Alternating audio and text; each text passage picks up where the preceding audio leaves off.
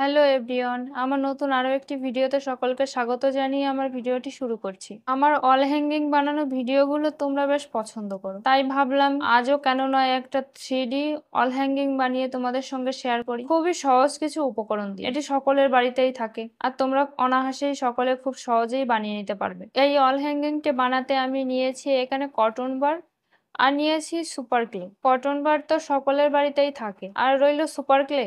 Super clay এখন সব সব জায়গায় পাওয়া যায়। আমাদের আশেপাশে যে কোনো দোকানে গেলেই আমরা সুপার ক্লে পেয়ে যাব। আর সুপার ক্লে যদি একান্তই না পাও তাহলে ওখানে কালার করে নিতে পারো।